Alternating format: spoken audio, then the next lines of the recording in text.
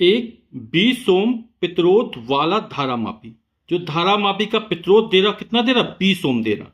और धारा मापी के प्रतिरोध किससे लिखेंगे, जी से लिखेंगे। और जी का मान हमको दे रहा है 20 ओम।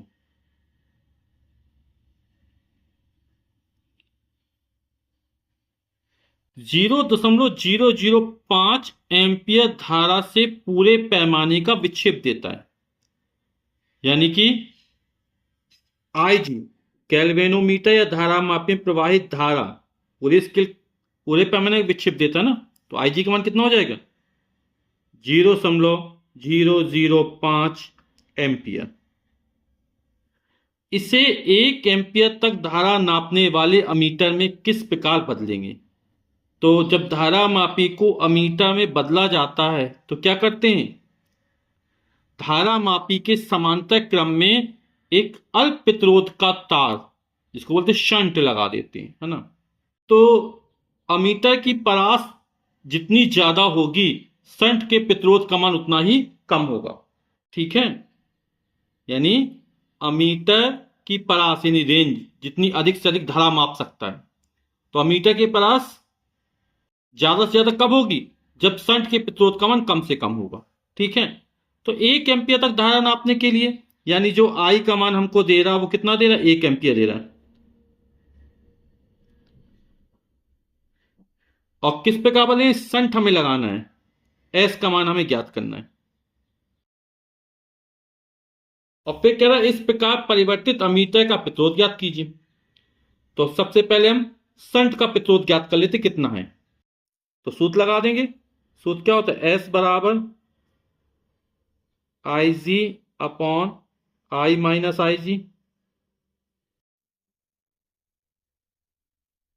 गुणा कैपिटल जी। ठीक है, तो आई जी का मान कितना है, 0.005 एम्पियर की धारा है। आई का मान 1 एम्पियर है, माइनस 0.005, और जी का मान दे रहा 20 ओम। तो 0.005 बटे 1 में 0.005 घटाना है, तो 10 में से 5 जाएगा 5, 9 बचेगा, फिर 9 आएगा दशमलव, यहां बचेगा 9, यहां बचेगा 0। ठीक है, तो जाएगा 0.995 आ जाएगा। ठीक, जब 1 में से इतना घटाएंगे कितना आ जाएगा, 0.995 गुणा 20 हो जाएगा।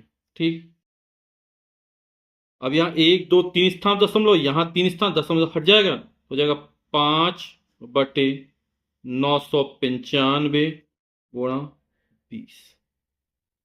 और 20 से 5 का गुणा कर दे, 20 पंचे 100 बटे 995।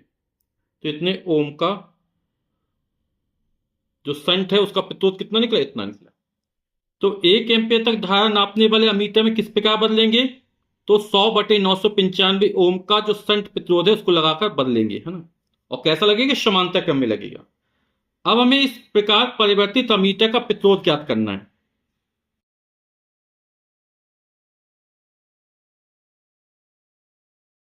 तो जब धारा मापी, है ना, जिसका प्रतिरोध जी हमने माना, धारा मापी के समांतर क्रम में जब एक अल्प प्रतिरोध का तार शंट जोड़ देते हैं, तो ये जो पूरा है किसमें बदल जाता है, अमीटर में बदल जाता है ना।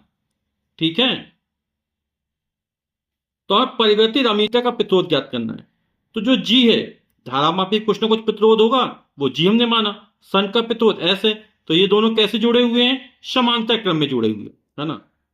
तो इस अमीटर का तुल्य प्रतिरोध कितना माना, आर हो गया। तो 1/r समांतर क्रम में जुड़े हैं, तो 1/r1 प्लस 1/r2। तो R1 का मान G हो गया, और R2 का मान कितना हो गया, S हो गया। और इस पूरे अमीटर का प्रतिरोध हमने RA मान लिया।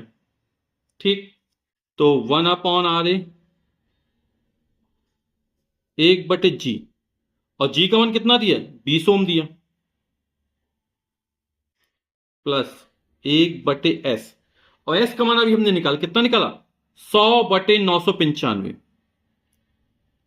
तो 100/995, तो बटे की संख्या अंश में चली जाएगी, तो 1/20 प्लस 995/100।